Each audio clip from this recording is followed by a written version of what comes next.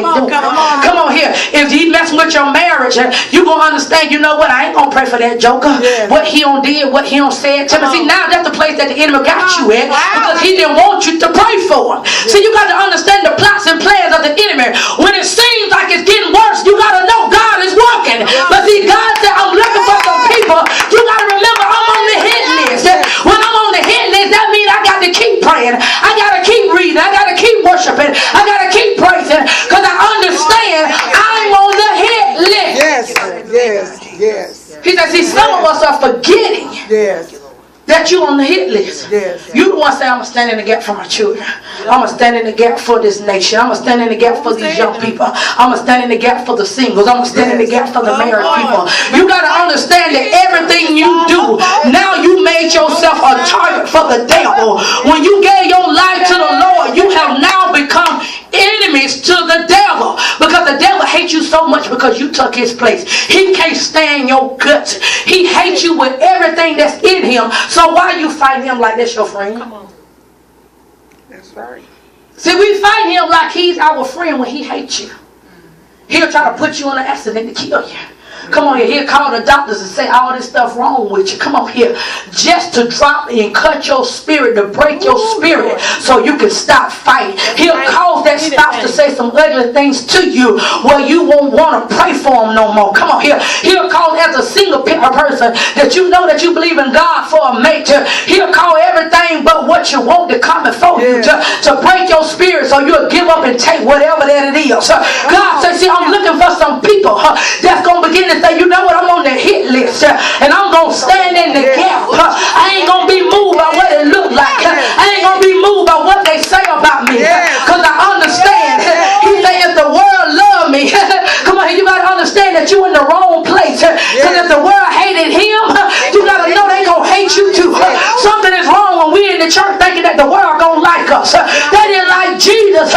What makes you think they going to like you? We got so many people on the world that love me. Baby, you in the wrong place. Because see, he said, I take the foolish things to confide the wise. You got to understand that if you on the hit list, come on now, you're going to be hated. You're going to be ridiculed. That's right.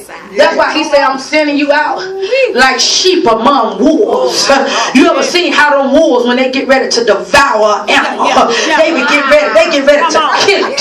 They get ready to destroy it. And you get ready thinking you're going to have peace on your job. You think you're going to have peace with your family members. And ain't nobody saved. You think everybody going to love you. They ain't going to love you. They trying to devour you to get you to shut up. They trying to devour you to stop you from praying. They trying to devour you to get you to stop prophesying. The more they devour you, the more you prophesy. The more they tell you leave me alone, the more you say you gon' preach. The more they tell you you crazy, I call you delivered.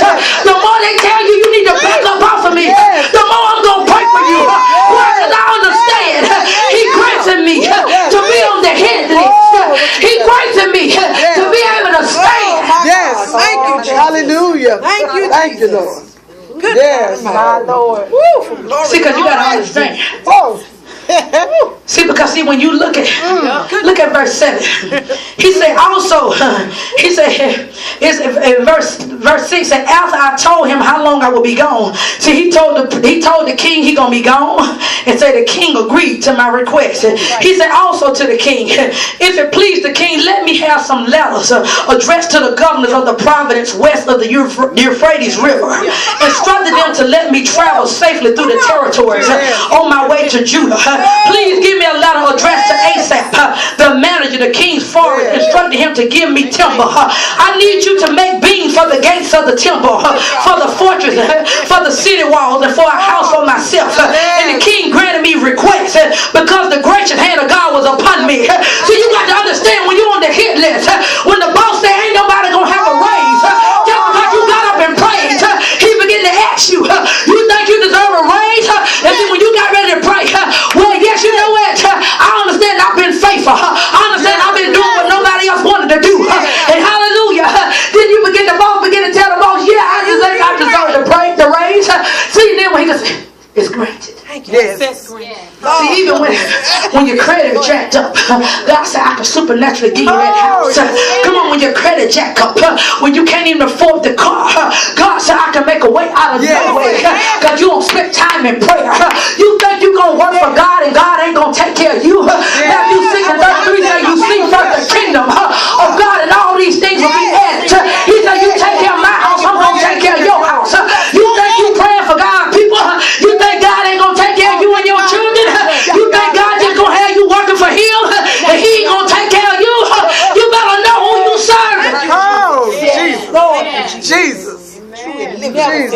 See, that's why the enemy try to get us off the hit list. Because if we being moved by what the devil has told us, see, it'll make you not want to fight as hard. See, I remember when I taught that message to fight hard. This is the season when you got to fight hard because the enemy has released ambushes upon us that you can't see. It's ambushes of heaviness. It's ambushes of tiredness. You be sitting down praying and you feel a little pain in your back. Come on here, you praying and you feel like, I feel like I'm going to fall out. You feel like I don't know what's going on in my mind. Something going on. You got to understand that's the devil trying to get you to quit. That's the devil trying to get you to back up. That's the devil trying to get you to shut your mouth.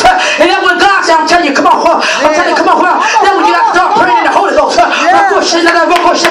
on here. When you can't think no more.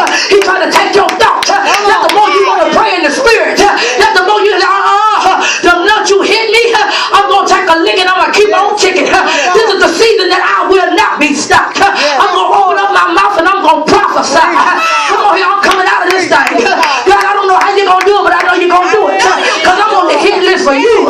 You told me that you got my front, you got my back, you got me covered. God, I ain't doing this on my own. I'm walking in your name. I'm standing in your name.